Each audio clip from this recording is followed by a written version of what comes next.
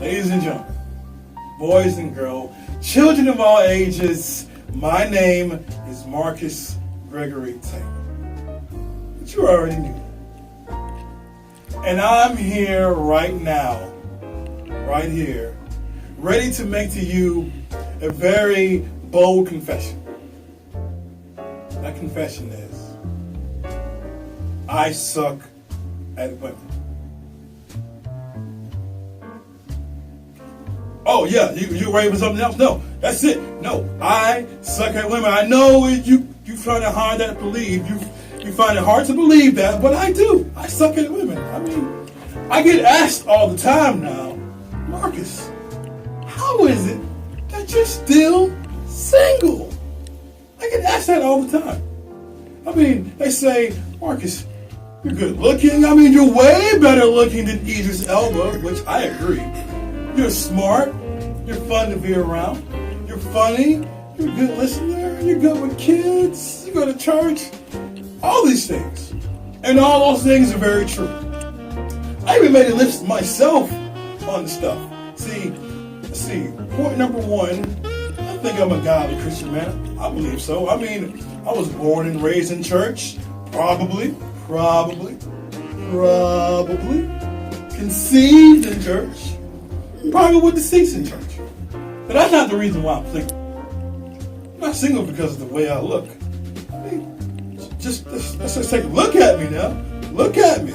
Look at me. Look at this sexual chocolate standing before you. Look at this fine, gorgeous body. This body of Afro-engineering, twisted steel, and sex appeal. This gorgeous hunk of muscle that I inherited from my daddy.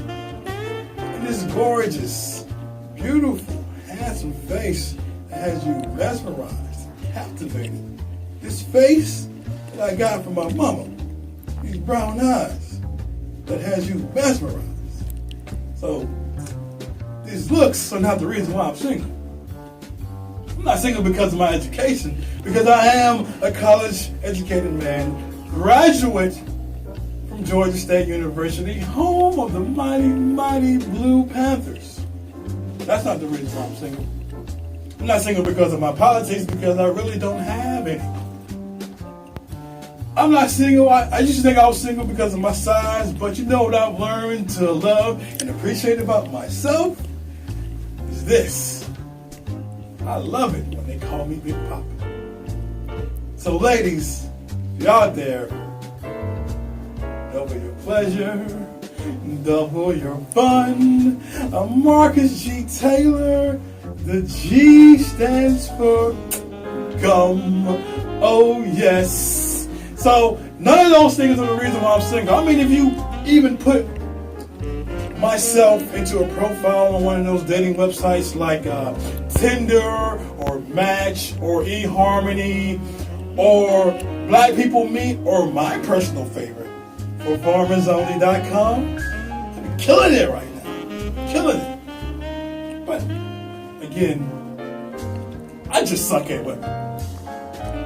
Now, to help you understand what I mean, I'm going to take you back. Take you back to where it all started.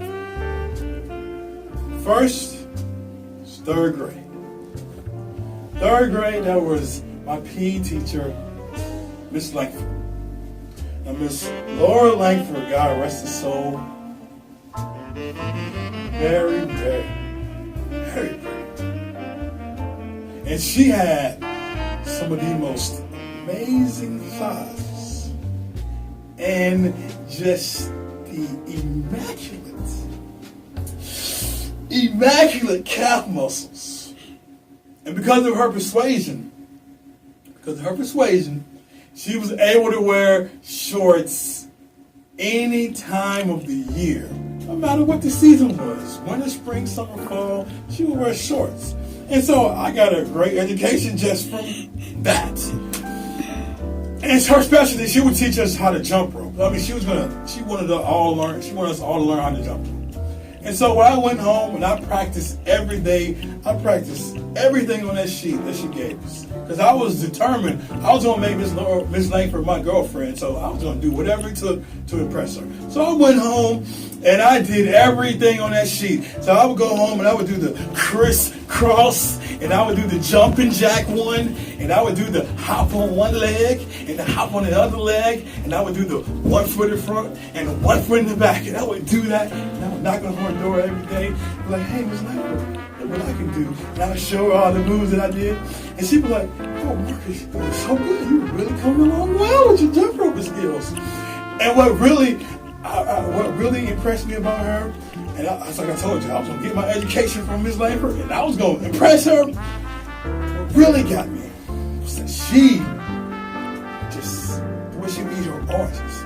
I said, me as a kid growing up, I just didn't care. I would just peel that orange open and then just stuff the whole thing in my mouth. Just orange juice everywhere in my face. Didn't even care. But I noticed the way Miss Langford would eat her oranges. She would just treat it so tenderly. She would peel it off, and then she would take one slice out at a time and eat it. And I was like, yeah, that's Miss Langford. So that's what happened. 3rd grade. But fast forward, 5th, 6th grade, it was Valerie. Valerie was maybe 1 or 2 years older than me. So what I decided what I was going to do was, I was going to write her love notes and pick flowers for her. So I did that. First time I did it, picked some good flowers and wrote a love note, knocked on her door, and I ran. That's what kids do. Next time, what I did was pick some more flowers, and wrote a love note, knocked on the door, but then me, being kind of shy, I went and I hid in her bushes to make sure she had it. But the last time, I said I was going to be bold about it. I was really going to tell her that I liked her. I was just feeling myself like that. I think I won a kickball or something. I said, you know what? I went home, I put on one of my good shirts, put on some deodorant, and then I put on my dad's cologne, picked some of the best flowers I could find, got my love note with some Jodeci in it. If I ever fall in love with you, I'll not ever lose you ever, right? And I put all that in there. I knocked on her door with that in my hands, feeling myself, and she came to the door. That long hair, that pretty smile. She had on a t-shirt, and I looked down and I think maybe she had on some short shorts, but that t-shirt was so long, I didn't really care. I was looking at those legs, and I just lost all memory of everything I was going to say. And I was looking, I was like,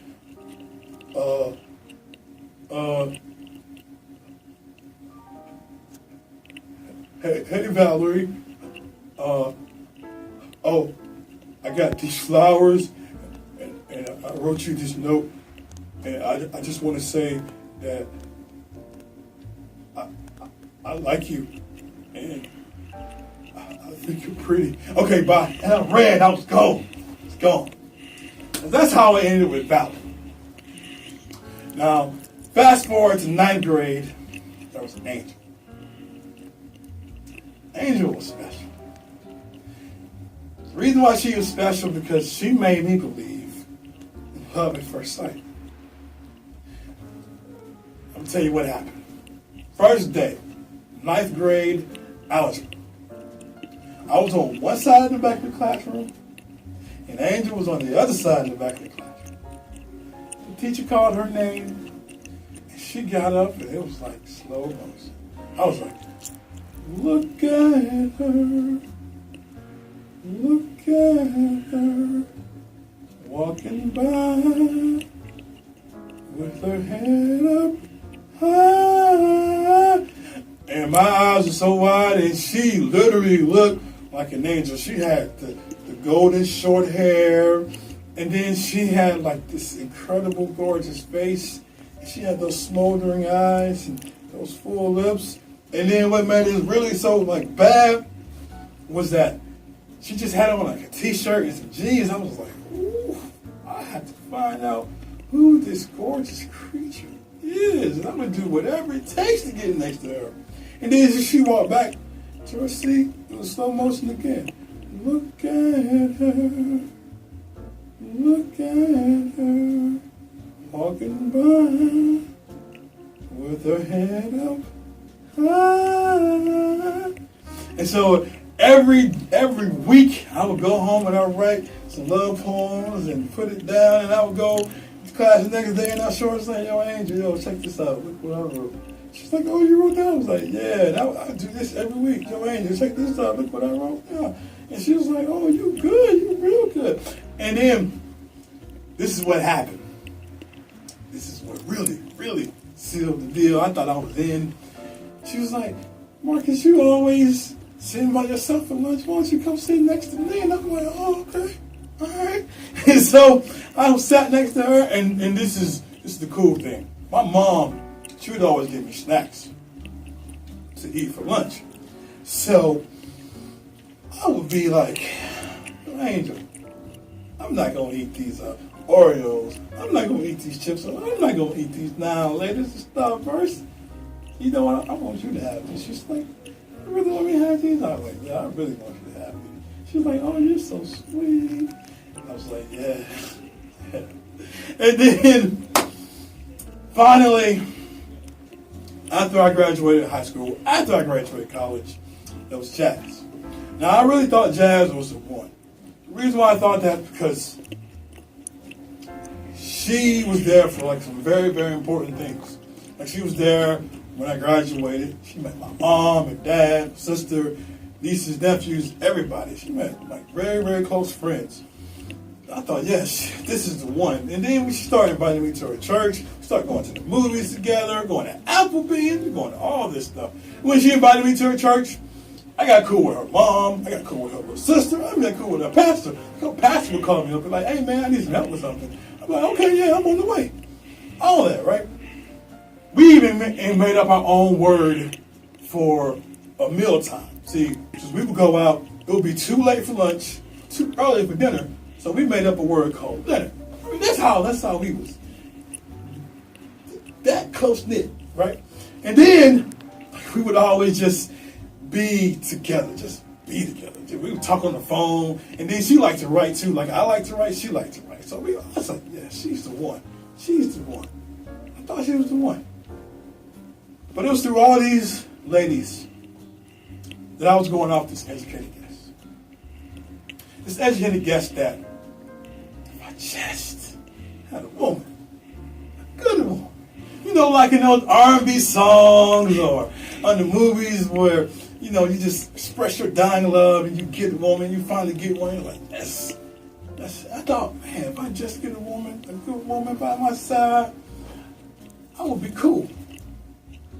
And what guy doesn't want to be cool?